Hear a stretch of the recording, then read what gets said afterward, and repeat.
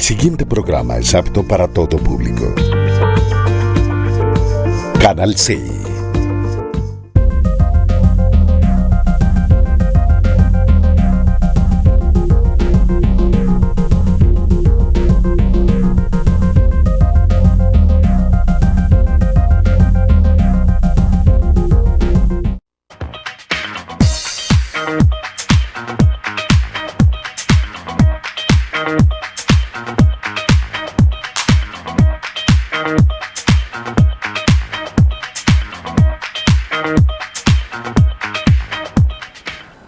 Amables televidentes del informativo Conversando con Luis Hermes, reciban ustedes un cordial saludo. Aquí estamos, como de costumbre, precisando la noticia, lo que ha ocurrido de una u otra forma en el territorio caleño, el Valle, Colombia y el mundo. Hoy tendremos la oportunidad de hablar de temas un tanto diferentes, reiterando la dirección de este espacio, es de Luis Hermes Ruiz. Vamos a hablar de unos contextos un tanto diferentes, hechos que han marcado la diferencia en el mundo y que seguramente están invisibilizados en la historia. Por eso, este servidor, Celimo Sinisterra, de profesión licenciado en filosofía, educador, tengo la oportunidad de precisar la vida, el legado de algunos personajes, señores televidentes, de este espacio, Conversando con Luis Hermes, que están invisibilizados en la historia.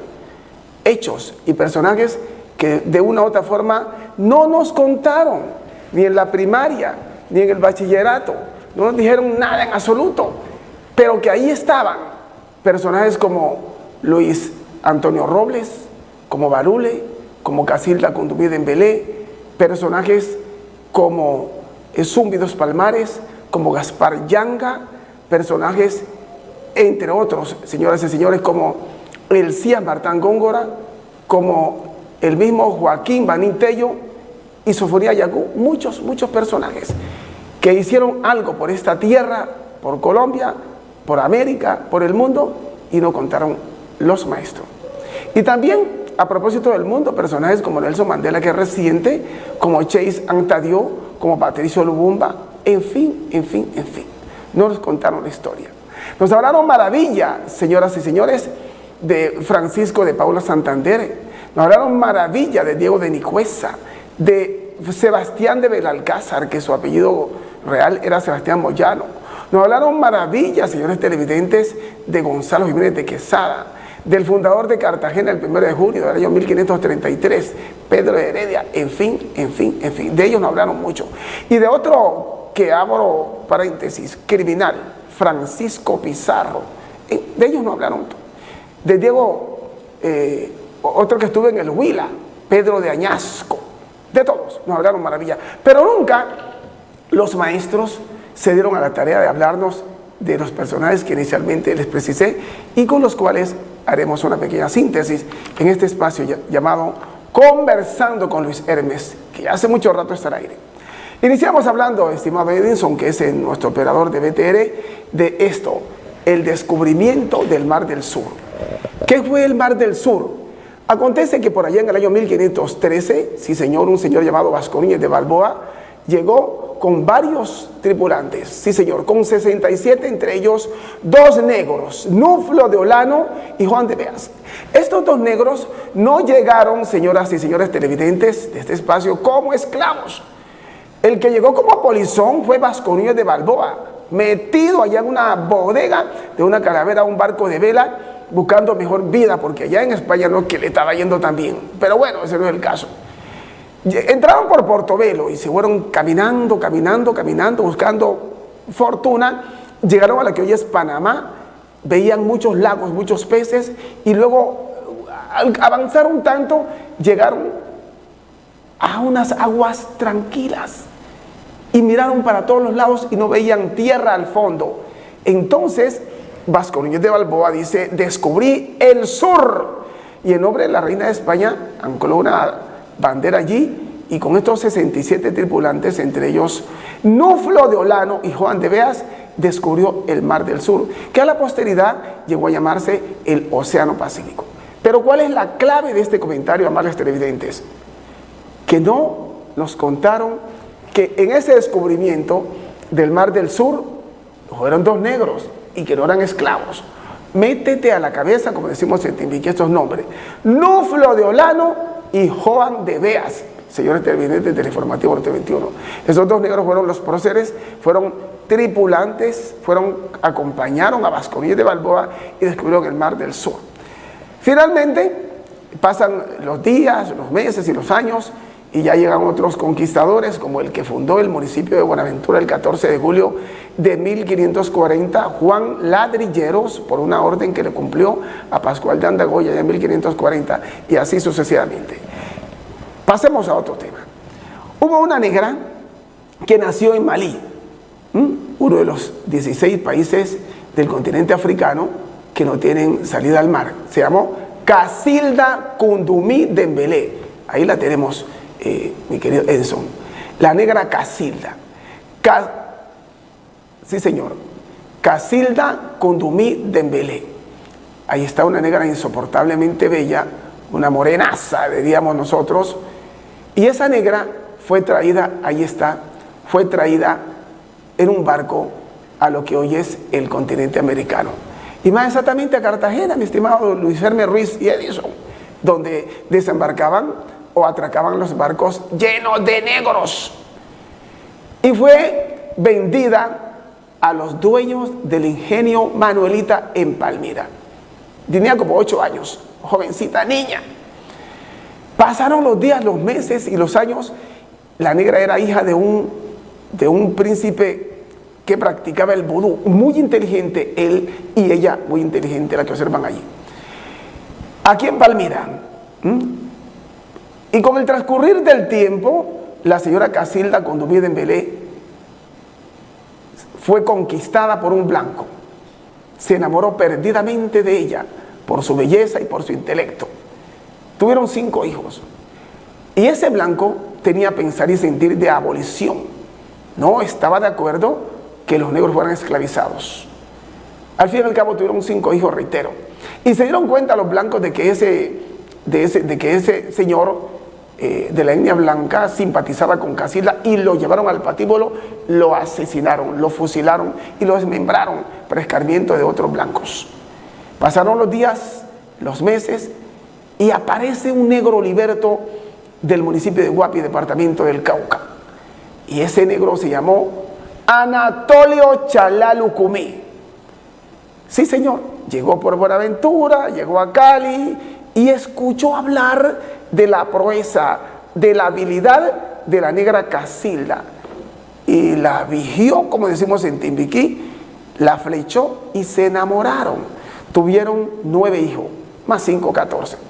La negra Casilda continuaba su proceso abolicionista y ya había hecho varias revoluciones y había sido aprendida, encarcelada, pero no la habían podido ejecutar. Para no alargar la historia, señores televidentes, de esta negra que observan ustedes allí, liberó a los negros de Palmira, de Guacarí, del Cerrito, y también liberó a los negros de otras plantaciones que hoy se convirtieron en municipios del departamento del Valle del Cauca, cercanos a Palmira. Esta negra nació en Malí en 1823, reitero, y murió en 1945 en Palmira. Pero lo que más me duele, señores televidentes, es que no haya un monumento en Palmira a la negra Casilda Kundumí Dembélé, un empresario copropietario del ingenio Manuelita. Se enoja con este servidor porque yo digo que esa mujer fue esclavizada en el ingenio Manuelita. Ahí está, y la han querido invisibilizar, la han querido sacar de la historia. Algunos dicen la supuesta historia de Casilda Kundumí Dembélé, porque como es una negra importante, hay que sacarla de los libros, señoras y señores televidentes, de este espacio Conversando con Luis Hermes. Van 2. Siguiente personaje. Este personaje nació en Guapi, sí señor. Se llamó Elías Martán Góngora. Elías Martán Góngora. Y este señor, un compositor muy reconocido, nacido en el siglo XIX y murió en el siglo XX. Y este señor, Elías Martán Góngora, pasa a la historia porque fue un poeta, mulato, ¿no? Negro, mulato, en fin. Pasa a la historia porque compuso las notas al himno de Santiago de Cali, Elías Martán Góngora. Y de él pocos hablan. Sí, señor. Usted habla de Rafael Núñez, que compuso las notas del himno a la República de Colombia, y la música, la melodía se la colocó Oreste Síndice, un italiano. Pero de este negro que ven allí, Elías Martán Góngora, 1920-1984, nació en el siglo XX, sí señor. En el mismo año que nació, un señor que nació en Lórica, departamento de Córdoba, y fue médico, Manuel Zapata Olivella, también nació en 1920. Ambos fueron muy importantes. A propósito de Manuel Zapata Olivella, después tendremos oportunidad de hablar de él, pero hoy centramos la atención en este personaje, para que ustedes vean, estudiantes y maestros, cuando escuchen las notas del himno a Santiago de Cali, no se la atribuyan a Rafael Núñez, a Rafael Pombo, a Eduardo Carranza, ninguno de ellos. Hay que atribuírsela a este, que es el autor guapireño. Y Guapi es uno de los 3 municipios anclados en la costa caucana del Pacífico. Se llamó Elías Martán Góngora. ¿Cuántos van? 3, 4. Siguiente personaje, señores televidentes del informativo Conversando con Luis Hermes. Hubo una negra que fue sacada del continente africano, más exactamente de Gabón. Sí, señora. Se llamó Philly Wheatley. Philly Wheatley.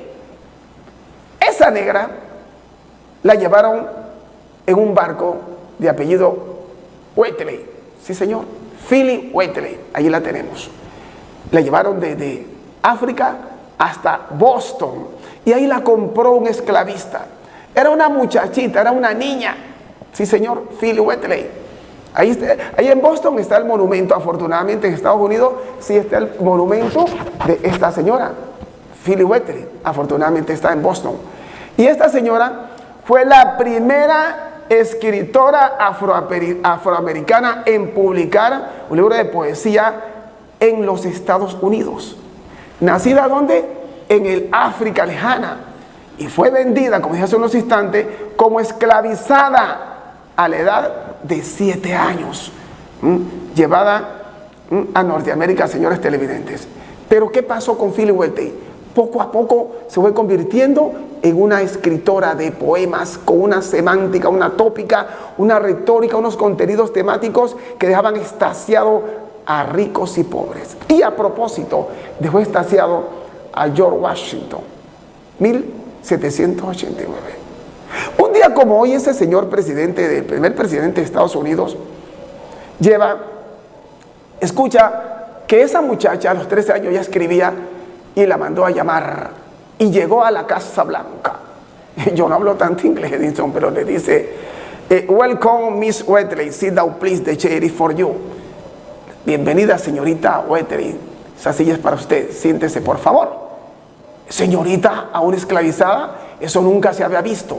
Pero era tanto lo que admiraba George Washington, la capacidad de escribir poemas de Philly Wheatley, que la admiraba y la invitó a la Casa Blanca. Para no alargar la historia, esta señorita, bueno, señora en ese tiempo, o señorita, en fin, publicó su libro. Y para publicarlo, los escritores de Norteamérica en ese tiempo la miraron así. Ah, muchacha, tiene que haberse plagiado eso que tiene escrito ahí. Eso no es de ella. Ese contenido no es de ella. Y comenzaron a hacerle como el Turnitin que nos hacen a los universitarios al momento de graduar, de hacer el proyecto de grado. Me imagino, no, Turnitin no existía en ese tiempo, pero la revisaron. Revisaron todos los contenidos de sus poemas a ver si no era un plagio, no habían robado el pensar y sentir. Esa muchacha plasmó en sus poemas la palabra Columbia. Oídos, señores televidentes. Y la palabra Columbia llegó a ser tan importante en la United States, en los Estados Unidos, que se convirtió en la personificación femenina del país del norte. La palabra Columbia. Y varias universidades llevan ese nombre, pero ahí no termina la historia. Cuando el señor Simón Bolívar llegó de Centroamérica, de recibir provisiones que le dio un negro haitiano, sí señor, Alexandre Pétion, que salvó la libertad de varios países por parte del señor Simón Bolívar, estaba en Caracas, capital de Venezuela, con sus lugartenientes. Ya había liberado varios países, pero necesitaba buscar el nombre a lo que hoy es la amada República de Colombia. No tenía el nombre. Entonces uno de los lugartenientes del señor Simón Bolívar había leído uno de los poemas de la señora Philly Wheatley y ahí había encontrado la palabra Columbia. Entonces dice la historia de que cuando le manifiesta el lugarteniente a Simón Bolívar de que esa palabra Columbia aparece en un libro publicado por Philly Wheatley, me imagino que pepió los ojos así Simón Bolívar y le quedó sonando el nombre Columbia y como que dijo ¡Eureka! Así como dijo Arquímedes en su momento, lo encontré. Y dicen algunos escritores, historiadores, que simplemente le quitó una letra, Columbia, la U y le colocó la O y se convirtió en Colombia. Entonces, esas cosas nunca nos contaron. Los historiadores de tradición le atribuyen el nombre de la amada República de Colombia al genovés que nació en 1451 en Génova, ciudad de Italia, hijo de Domingo Colón y de Susana Fontana Rosa, llamado Cristóbal Colón. A él le atribuyen el nombre de la República de Colombia, pero nunca cuentan que un lugarteniente de Simón Bolívar escuchó, leyó la palabra Columbia, que hacía alusión, según Philly Wheatley, a una diosa de la mitología griega. Recordamos que los africanos eran míticos, en gran parte eran míticos, les gustaban mucho los dioses de la mitología y Columbia era una de ellas. ¿Cómo le parece? Para que vayan poniendo cuidado y cómo vamos visibilizando a los invisibilizados en la historia, señores televidentes. Vamos a hablar de otro personaje. Y hablar de este personaje, bueno, antes de hablar de este que tenía aquí en mente, vamos a hablar de otro. Este se llamó Juan José Nieto Gil. Sí, señor. Se llama Juan José Nieto Gil y nació en 1805 o 1804 en el municipio de Baranoa, corregimiento de Cibarco, departamento del Atlántico. Ahí nació el señor Juan José Nieto Gil. Ahí lo tenemos, mi querido y apreciado Becter Edison. Juan José Nieto Gil fue producto de una violación, me atrevo a decir, porque nació en el siglo XIX, a comienzo del siglo XIX. Ahí lo tenemos. Con el transcurrir de los meses, después de que lo pujó al pie de un árbol de matarratón la esclavizada, ahí nació este señor que observan ustedes ahí, fue convirtiéndose en acompañante del sacerdote de la principal iglesia del municipio de Baranoa, departamento del Atlántico. El cura cada día le ponía tareas a ese muchachito y las respondía, las hacía velozmente, con un intelecto prácticamente incomparable. Juan José Nieto Gil, cuando era niño, luego fue acólito y poco a poco. Y para no alargar la historia, este señor que observan ustedes allí, mulato, hijo de una negra, esclavizada y un blanco que la violó, me atrevo a decirlo sin temor a equivocarme, se convirtió en general de la República. Pero además de ser general de la República, se convirtió también en escritor. Si yo le pregunto a usted, señor televidente, o a cualquiera de ustedes, ¿quién escribió El Coronel no tiene quien le escriba? Seguramente se van a Aracataca, Magdalena y dicen Gabriel García Márquez. Pues sí, están en lo cierto. Y si le pregunto a usted, señor televidente, estudiantes y cualquiera de los que nos observan hasta ahora, ¿quién escribió Ingermina o la hija de Calamar? Seguramente ustedes dirán, no sé. Ingermina o la hija de Calamar. No saben quién la escribió. ¿Por qué? Porque invisibilizaron en la historia a este señor llamado Juan José Nieto Gil. Lo invisibilizaron.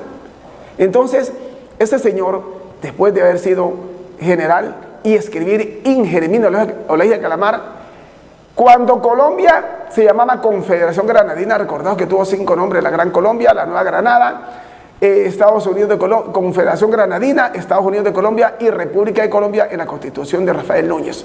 Cuando era Confederación Granadina, lo que hoy es Colombia, en 1861, ese negro, colócamelo ahí por favor, Edinson, llamado Juan José Nieto Gil, se convirtió en presidente de la República. Decimos en Timbiquí, chapale la cara, vigíalo. Así hablamos los etnoeducadores. Ese señor negro fue presidente de la República. Y por Dios, 1861. Y apenas en el último día de gobierno de Juan Manuel Santos fue que lo colocaron en la galería de presidentes en la Casa de Nariño. ¿Cómo ha sido la mezquindad? ¿Cómo ha sido el odio, el racismo? Mezquindad perjudicando, dañando, coartando la posibilidad de ser visibilizados por su intelecto muchos negros de Colombia. Nunca nos contaron que ese señor, Juan José Neto Gil, fue presidente de Colombia. Bueno, me quedé sin retorno. Muy bien. Siguiente personaje, señoras y señores televidentes del informativo Conversando con Luis Hermes. Me voy a ir a España. Pero esto sí me va a doler mucho hablar. Me ha dolido mucho hablar. He sentido que el alma, que el cuerpo, que la voz se me corta cuando toca en algunas universidades, en el Festival de Música Petronio Álvarez, donde estuve durante 4 años en la administración de Armitá, como historiador, contando las historias del Pacífico colombiano. Gracias, doctor Armitá. Pero bueno, la increíble historia de un negro disecado. El negro disecado, señores televidentes, voy a compartirles algo. Ocurrió en el siglo XVIII. Miren ustedes, un taxidermista. Bueno, todo comenzó a principios de los años 1830, señores televidentes, cuando los hermanos taxidermistas francés Jules y Edouard Berraus, tras percatarse del funeral de un negro cerca de la capital de Sudáfrica. Sudáfrica tiene 3 capitales, ¿no? Ciudad del Cabo, Pretoria, entre otras. Perpetraron el robo, profanaron el cuerpo de este negro, un guerrero.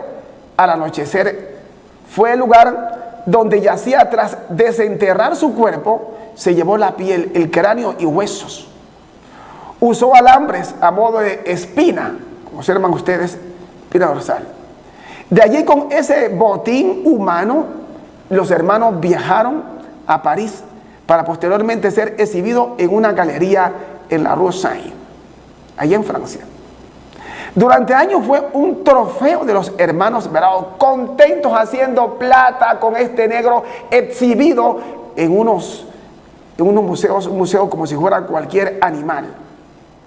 Participaron en las ferias y las tiendas hasta que finalmente pasó a ser una de las piezas del Museo de Banyoles, allí en España, creado con la colección del veterinario y taxidermista, un taxidermista, ese criminal que observan ustedes allí, Franz Dardenne. Ese señor que observan ustedes allí fue el que exhibió durante muchísimos años en el Museo Dardenne. Veamos ese Museo Dardenne allí en España, al negro de Bayolas, ese señor Frances Dardenne, un esclavista. Este hombre negro expuesto primero en Francia y luego en España, señoras y señores, no era una momia, ni una figura del museo de cera. Era un ser humano desenterrado y exhibido en un museo, el Museo Dardenne, que veremos en instantes, amables televidentes. Posaba erigido, es decir, de pie, ¿no? Como lo observaron ustedes allí, con una lanza y mínimamente. Ese es el Museo Dardenne, allá en Banyoles, en Cataluña, España. Pero no obstante, aparece un médico de origen haitiano. Cuando llega allá, comienza a observar que el negro estaba allí, como lo observan ustedes, exhibido como cualquier pieza, cualquier animal, y puso el grito en el cielo, ese haitiano, que no era posible que se degradara tanto la raza humana y que se hicieran ricos algunos blancos, especialmente Franz Dardenne, exhibiendo el rostro de un negro, el cuerpo de un negro en un museo como si fuera cualquier animal. Pues sí, lo llevó hasta la Organización de las Naciones Unidas, hasta muchas organizaciones internacionales, y al fin y al cabo tuvo eco el doctor Arcelin, así se llamó, el libertador del negro. Que este señor que observan ustedes ahí fue el criminal. Ese se llamó el señor Darder, el que observan a ustedes allí hace unos instantes. Y al fin y al cabo, el médico haitiano logra que desmonten del museo al negro y lo llevaron finalmente, fue retirado. Dice la historia que con los Juegos Olímpicos aterrizarían ese año en Barcelona, en el lago Bayolas, no sé si lo conocen. Ahí va a ser uno de los epicentros de esos Juegos. Y entonces el negro del cual estoy precisando, haitiano, al escuchar que ese lugar iba a ser muy frecuentado por mucha gente, pues coloca el grito en el cielo y al fin y al cabo el negro es retirado de allí. En el año 2000 inició su regreso a casa, cuando estuvo muchos años en ese museo que observan ustedes, señores televidentes, y vamos a ver parte, estimado Edison, de este material audiovisual que hemos preparado para ustedes, que nos precisa parte de la cruel historia de un negro disecado y exhibido como animal en un museo de España.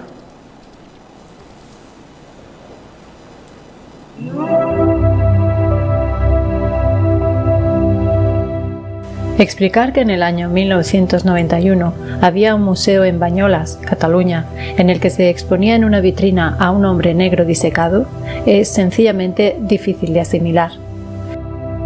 La sociedad catalana, englobada en un entorno occidental y mediterráneo, fue esclavista desde la antigüedad hasta la abolición, entrado ya el siglo XIX.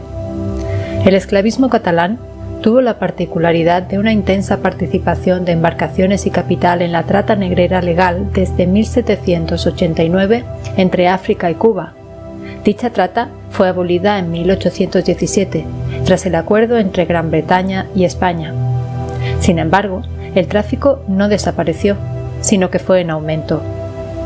Esta circunstancia convirtió a la colonia caribeña en uno de los principales mercados receptores de esclavos del mundo. Pese a la ilegalidad del negocio, una gran parte de la burguesía catalana y también de la española se vieron implicadas en un mercado que, aunque encubierto, enriqueció a muchos terratenientes que amasaron sus fortunas gracias al sufrimiento y a la explotación de los esclavos. Durante la época en la que el tráfico de esclavos fue legal, desde 1790 a 1820, 443 barcos negreros españoles arribaron a puertos caribeños, 146 de los cuales eran catalanes. En el periodo de 30 años, 30.696 esclavos fueron transportados por barcos catalanes. Una vez ilegalizada la esclavitud, el tráfico negrero continuó. En el periodo entre 1821 y 1845, 243 barcos españoles fueron capturados y juzgados por los ingleses. 56 de ellos eran catalanes. El número total de esclavos que entraron en Cuba durante este periodo oscila entre los 400.000 y los 477.000. La naturalización de la esclavitud como fin para el éxito personal y el prestigio quedó así profundamente arraigada en un imaginario colectivo para el que los derechos y libertades de los esclavos eran simplemente inexistentes. Quien quiera comprar una negra y una hija suya, mulata, que sabe guisar, lavar y planchar bien, acuda enfrente de la Casa de los Gigantes, número 9, casa de don Mariano Sansi de Sala. Anuncio encontrado por Eloy Martín Corrales, historiador. Quizá, si hacemos un recorrido por la historia de los personajes que formaron parte de la pintoresca trama, llegaremos a entender el porqué de un hecho tan surrealista y tan indignante como el del negro de Banyoles. Indignación que no solo afecta a los negros, sino a toda una generación de personas que luchamos por la igualdad real de derechos entre seres humanos.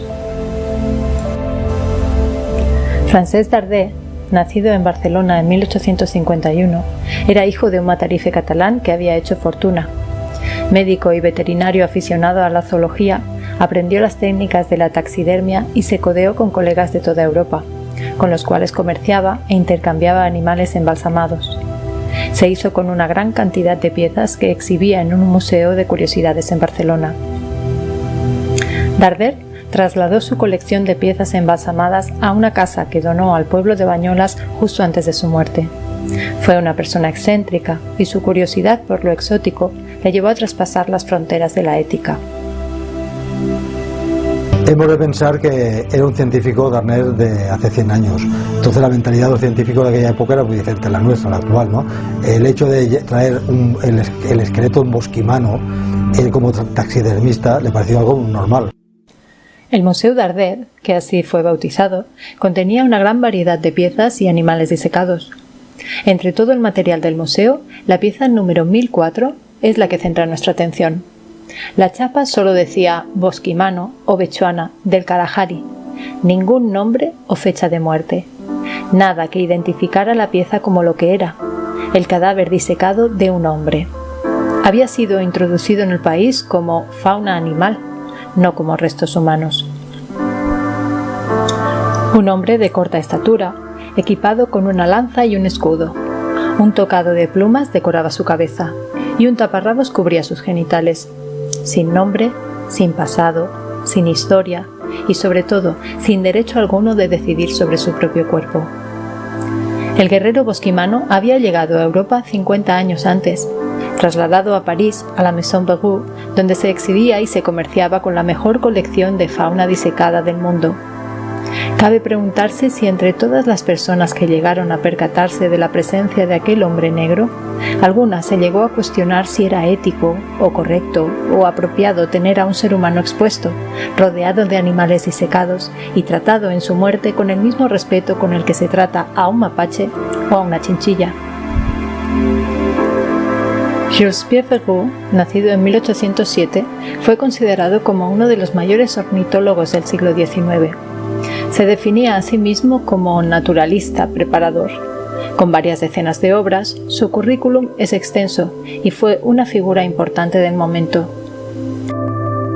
Edouard Verreau. Amables televidentes del informativo Conversando con Luis Hermes, aquí estamos en procura de visibilizar a próceres negros que participaron en los procesos abolicionistas e independentistas y que no cuentan su historia, no hablan nada de ellos en la academia, no hablan en las universidades, en los colegios, en ningún lugar. Están invisibilizados en la historia. A propósito, poned cuidado. Las Hermanas Cárdenas. ¿Conocéis el municipio del Cerrito? Es uno de los 42 municipios del departamento del Valle del Cauca. Sí, señor. Por allá, en el siglo XVII y XVIII, existieron unas negras. Sí, señor. Las hermanas Cárdenas, dos negras, ahí están. Petrona y Sebastiana.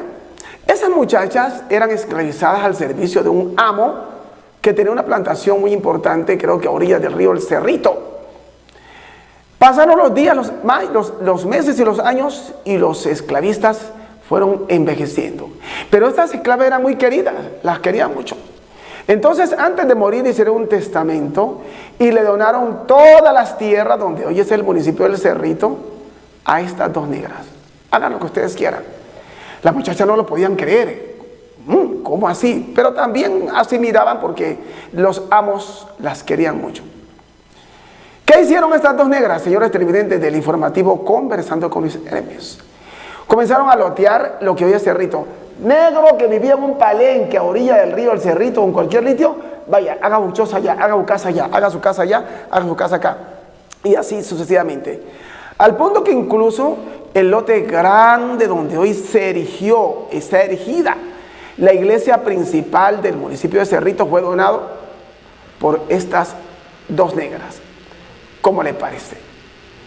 Cuando pasaron los días y los meses y los años, los envidiosos esclavistas no podían creer de que estas dos negras, después de esclavizadas, le han pasado a ser las dueñas de una hacienda grande de esos esclavistas muertos, y también las que sacaron a muchos negros de las plantaciones y les dieron lote para que hicieran sus casas de manera digna, como hoy dice el artículo 51 del ordenamiento constitucional. ¿Qué hicieron? Las metieron a la cárcel. Encarcelaron a estas dos negras, señores televidentes. Chuculum, como decimos en Dimiquí. Allá bajo las penurias sin buen alimento, sin buena medicina, sin buena comida, sin buenas frazadas, las dos hermanas Cárdenas murieron en la cárcel. No soportaron eso.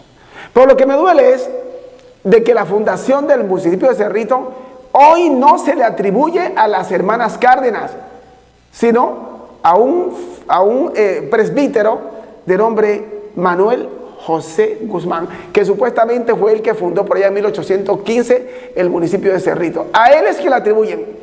Pero ni el Cerrito, ni la Academia de Historia del Valle del Cauca se ha ocupado de manera recurrente de ilustrar y llevar estas verdades a los estudiantes del Cerrito para que sepáis quién fue o quiénes fueron las verdaderas próceres que dieron lugar a lo que hoy es el municipio de Cerrito. Dos negras, Petrona y Sebastiana.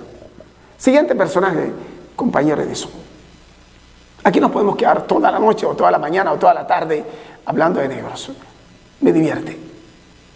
Nos vamos al departamento del Chocó. Este departamento tiene 30 municipios y es uno de los departamentos privilegiados geográficamente porque tiene dos océanos, Pacífico y Atlántico, y también tiene un límite con la República de Panamá.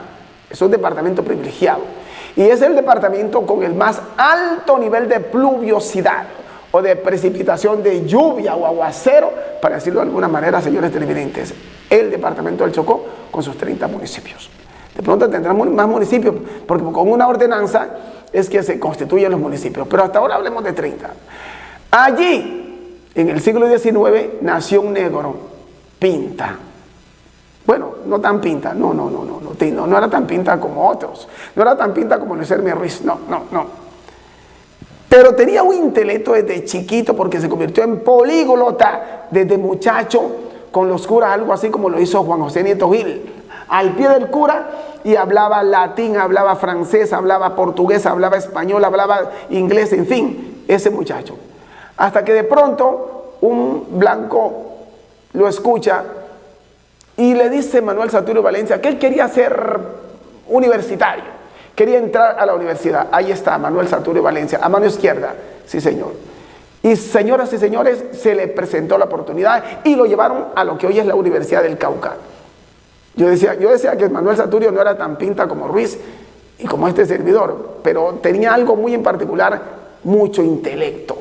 Señoras y señores, se matriculó bajo todas las dificultades de racismo o discriminación en la Universidad del Cauca y logró graduarse como abogado, este negro nacido en Quindó, departamento del Chocó.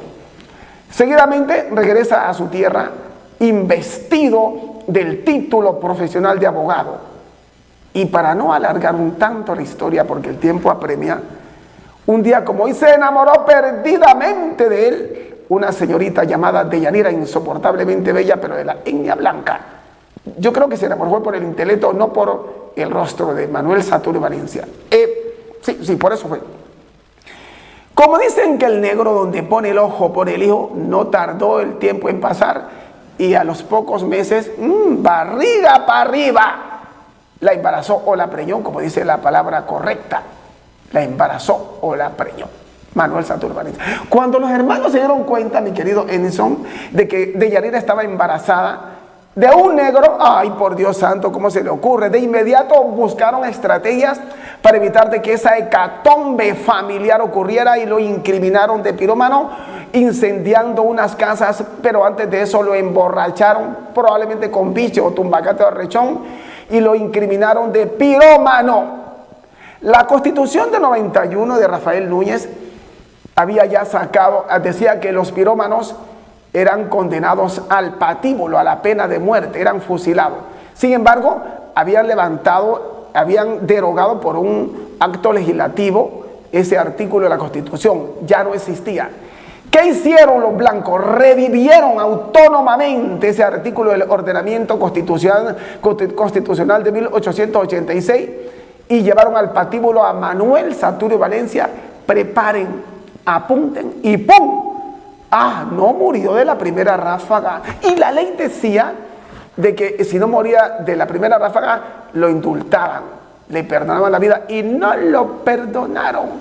Volvieron a cargar y lo asesinaron. Así murió en 1907 el señor Manuel Saturio Valencia. Bien, en ese mismo año nació otro personaje, coloquemos la imagen, nació otro personaje, Diego Luis Córdoba, sí señor, ahí está, ese señor. En 1945-46 creo que exactamente, pasa la historia por haber sido un académico, congresista, y fundó el departamento del Chocó. Es decir, el departamento del Chocó, antes de ser departamento, era una intendencia. Recordaos que en la Constitución del 86 eran intendencias y comisarías, dependiendo su población o su densidad poblacional. Diego Luis Córdoba fundó el departamento del Chocó. Muy bien. Hablemos, señoras y señores, de otro personaje, para ir concluyendo aquí en el informativo Conversando con Luis Hermes. Patricio Romano Petronio Álvarez. Patricio Romano Petronio Álvarez, allí lo vemos, personaje de prestigio. Nació 2 años después del hundimiento del Titanic y en el mismo año que se presenta la Primera Guerra Mundial. Una regla de 3 simple, o sea que nació en 1814, porque el hundimiento del Titanic fue en abril de 1912. Él nació en 1914, que se presenta la Primera Guerra Mundial, por la muerte del archiduque Fernando, el asesinato. Ese señor nació en el primer puerto en el Pacífico colombiano, la ilustre ciudad de Buenaventura, que Buenaventura reiteramos fue fundada por Juan Ladrillero en 1514, sí señor, 1540, el 14 de julio de 1540 fue fundada la ciudad de Buenaventura, por Juan de Ladrillero, cumpliendo una orden de Pascual de Andagoya.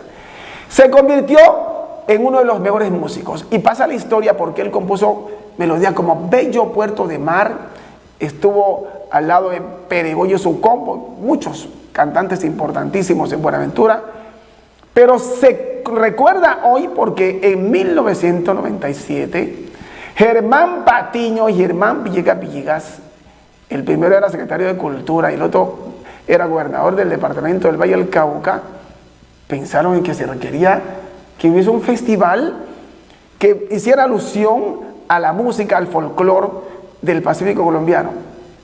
Pero también tenían que inmortalizar un personaje y buscaron por aquí, por allá, hasta que de pronto a alguien se le prendió la luz y pensó en Patricio Romano Petronio Álvarez, del cual estamos hablando. Y en 1997, en el Teatro al Aire Libre de los Cristales, se lleva a cabo la primera versión del Festival de Música del Pacífico Petronio Álvarez. Uno de los grupos musicales fue Cununo 2000, era muy famoso ese grupo musical en ese tiempo. Entonces, Patricio Romano Petronio Álvarez pasa a la historia por ser él, o en su nombre, se funda o se da lugar al festival más importante del occidente del país, llamado el Festival de Música Petronio Álvarez. Señores televidentes del informativo Conversando con Luis Hermes. Hacemos una breve síntesis, señor, qué pasó, cambiando ya de tercio, de los personajes. Se dice que en el año 1492, reiteramos, de un 13 de agosto, salió el señor Cristóbal Colón de Palos de Mogueres. Siempre nos dijeron que fue de Palos de Mogueres, pero el nombre correcto del lugar que salió es Palos de la Frontera. Y llegó el 12 de octubre de 1492 a lo que hoy es República Dominicana. Pero tampoco le contaron a usted, señor televidente del informativo Conversando con Luis Hermes, de que el señor Cristóbal Colón, la mayor parte de la tripulación eran asesinos, criminales, que sacaron de las cárceles para que corrieran la peor suerte, porque la reina decía que ese viaje sin rumbo iba a fracasar y que en el Océano Atlántico iban a morir. Así que se quitarían una carga ahogando todos esos presos, esos criminales.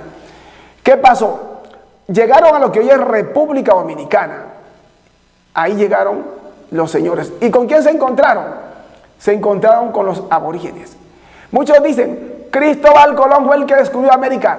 Cuando llegó Cristóbal Colón a lo que hoy es América, que entre otras cosas se llamaba Abya Yala. Abya Yala, así se llamaba el continente americano, Tierra Buena. Se encontró con los aborígenes. ¿Y esos aborígenes quiénes eran? eran descendientes de los carales, digamos así, que los carales vivieron en Perú hace más de 22.000 años, los zapotecas, los toltecas y los olmecas. Los olmecas eran negros. Con ellos se encontraron, con descendientes de esas tribus que he mencionado, o de esas civilizaciones se encontraron. ¿Y qué hicieron? Los criminales, los asesinos, tripulantes, o los convictos, mejor, que hacían parte de la calavera de la Pinta, la Niña, la Santa María, asesinaron, no asesinaron, se adentraron en la selva y comenzaron a someter a los aborígenes que se encontraban allí. Pero con el transcurrir del tiempo y al segundo viaje de Cristóbal Colón, encontraron allí en lo que hoy es República Dominicana a muchos caciques taínos, como Atuey.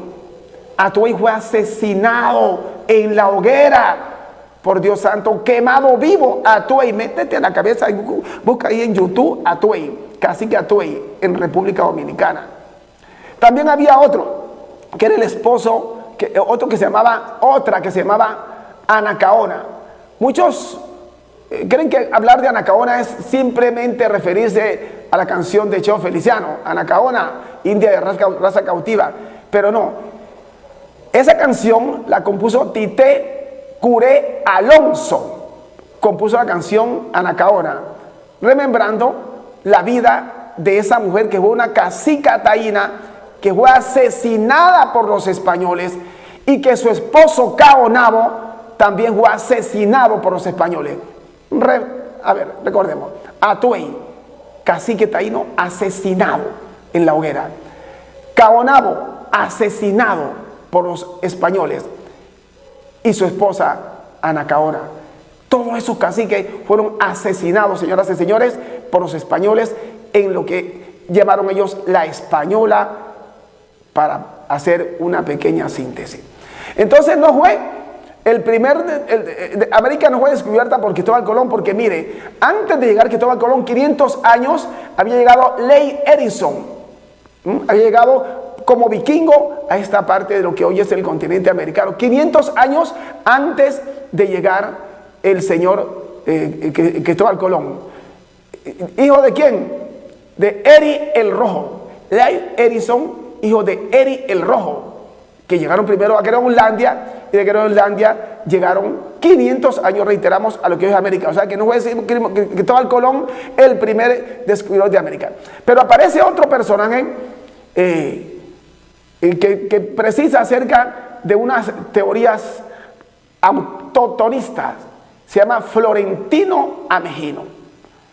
Florentino Ameghino nació en Argentina, dice que fue autodidacta. Tiene la teoría autoctonista de la población del continente americano. Y dice que el continente americano, que la raza humana, que el hombre que habitó los primeros siglos, es decir, hace muchos siglos en América, proviene de una especie, algo así como de Neandertal, de cromañones, de homínidos, de Homus habilis, Homus erectus y Homo sapiens. Sí. O Australopithecus, la teoría que tiene el señor Florentino Ameghino, que es muy similar a la que tiene Charles Darwin, que precisa la teoría evolucionista del ser humano. Entonces Florentino Ameghino precisa que aquí en el continente americano, hace 24, 25 mil años, ya vivían muchos seres humanos. Y otra teoría es que el ser humano pobló lo que hoy es el continente americano a través del estrecho de Bering, ¿no? Que se congela por trineo, que llegaron de Mongolia, de Siberia, llegaron a lo que hoy es Estados Unidos, Alaska, Estados Unidos, Canadá, y fueron penetrando y llegaron a lo que hoy es el continente americano. Hay muchas teorías, pero no fue Cristóbal Colón el que fundó, el que descubrió inicialmente el continente americano. Esa teoría es la que nos adoctrinaron, nos la metieron a la cabeza para invisibilizar a los que hoy queremos nosotros visibilizar. Amables televidentes del informativo Conversando con Luis Hermé. Tendremos muchos personajes en los próximos programas para hablarles de ustedes, tanto nacionales como internacionales. Y les doy la pista. Voy a hablarles de Gaspar Yanga, el primer hombre que procuró la independencia de América. Fue negro. Métete a la cabeza este nombre, Gaspar Yanga. Después hablamos de él. Muy bien, amables televidentes, con el servicio técnico del ingeniero Edinson y en la dirección del doctor Luis Hermes Ruiz, hemos llegado en esta oportunidad al final del programa que lleva su nombre, Conversando con Luis Hermes. Hemos procurado llevar parte de la Academia de Historia para que la revivamos y la contemos como es. Les hablaré en los próximos programas, Dios mediante, la verdadera vida de Sebastián de Belalcázar. ¿Quién fue? ¿Cuántos crímenes pudo haber cometido? Y hoy lo elevan en un pedestal y no contaron la verdad de un asesino, violador de negra, genocida con G y genocida con X, extintor de la vida y extinguidor también de las culturas. Célimo Sinisterra, periodista y filósofo y educador, les dice a ustedes muchas gracias por dispensarnos con su sintonía y nos despedimos con el mensaje habitual. Si de pronto a esta hora, señor televidente, usted desconoce, no tiene la menor idea dónde están sus hijos, no se quede allí, ocúpense, averigüen dónde están sus hijos, con quién hablan, de qué hablan y que le están diciendo al oído que seguramente no es conveniente para ellos. El mensaje habitual de este espacio, el informativo Conversando con Luis Hermes, y también del informativo Noti 21, en esta oportunidad de la voz de Célimo Sinisterra. Ese precisamente soy yo, miembro activo del Círculo de Comunicadores de Cali en calidad de afiliado. Amigas, amigos, muchas gracias y feliz atardecer, anochecer y día para todos ustedes. Un gusto.